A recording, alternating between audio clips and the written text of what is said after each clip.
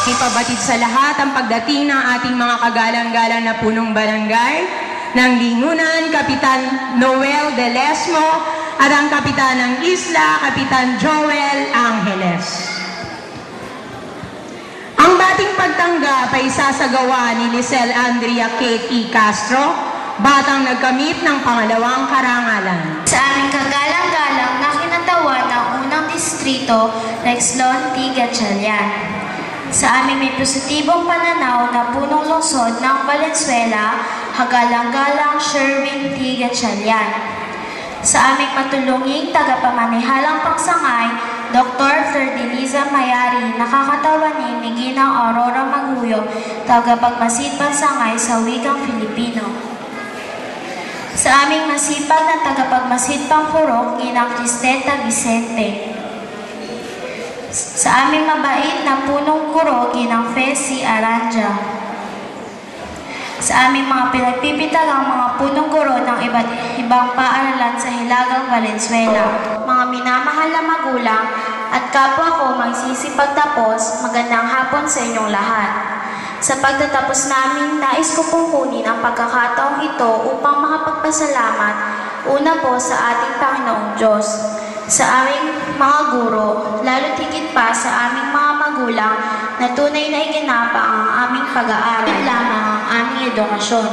Nawa, patuloy pa nila kaming mapag-aral hanggang sa susunod na antas upang kami maging isang produktibong mamamayan. Ayon nga sa tema ng aming pagtatapos, tunay na ang edukasyon ang solusyon na magbabago sa aming kinabukasan. Muli, sa pangalan ng aming paaralang lingkod, sa bumubuo ng School Governing Council ay malugod po namin kayong tinatanggap. Galakang gagampanan ng ating punong guro, Ginang Fesi Aranja, ang pagpapakilala sa mga batang magsisipagtapos. At ito ay patutunayan ng ating tagamasid pampurok sa Ilagang Valenzuela, Ginang Cristeta G. Vicente, na pagtitibayin ni Dr. Ferdeliza R. Mayari, tagapamanihalang pansangay ng mga paaralang panglungsod.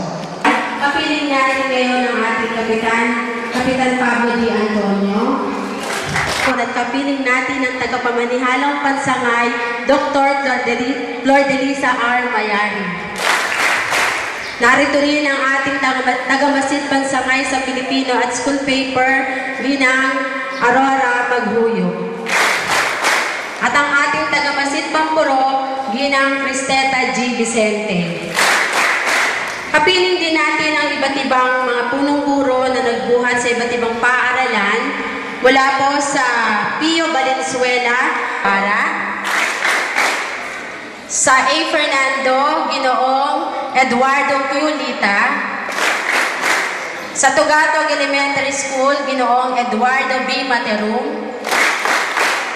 sa paaralan ng Paltok Elementary School, Binibining Venafe E. Sabado, sa paaralan ng Coloong Elementary School, Ginang Remedios M. Santos, sa paaralan ng PR San Diego, Ginang Teresita U. Pangan, sa paaralan naman ng Adiato, Ginang Yofelia Corrales, sa paaralan ng Isla Elementary School, Ginoong Winifredo L. Surbano, at sa paaralan ng Tagalog Elementary School, Ginoong Edralino Nicolas. At nais ko rin ipakilala sa inyo ang aking mga guro o ang mga guro sa paaralan ng Lingkod. Kindergarten, si Ginang Emelisa Diampuni. Sa unang baitang sa pamumuno ni Ginang Marcela G. Samson, Marlene J. Sota, at Sally Emperia. Sa ikalawang grado naman sa pamumuno ni Ginang Arlene G.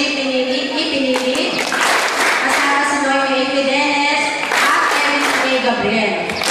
Sa ikatlong baitang sa pamumuno ni Ginang Rowena B. Montealegre, kasama si Ginang Corazon G. Benaventura at Mary Billy R. La Chica. Ginang Melissa M. Reyes. At sa ikalimang baitang, si Ginang Carlota B. Aguinaldo na siyang katulong na punong guro din. At kasama niya si Binibining Josephine R. Benaventura.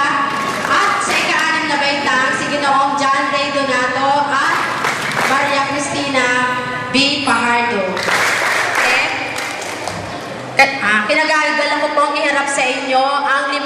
batang lalaki at 48 batang babae na may kabuuang 103 na magsisipagtapos sa elementarya sa paaralan ng Rincon para sa taong pamparalang 2009-2010. Kasiyasiya po nilang natapos ang kurikulum sa elementarya na itinakda ng Kagawaran ng Edukasyon.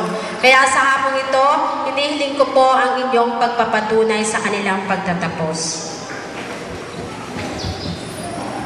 Isang magandang hapon po sa ating lahat. Isang karangalan po para sa akin bilang taga-Masid Pampurok ng Hilagang Valenzuela na maging bahagi ng palatuntunang ito ng pagtatapos dito sa paaralang elementarya ng Rincon.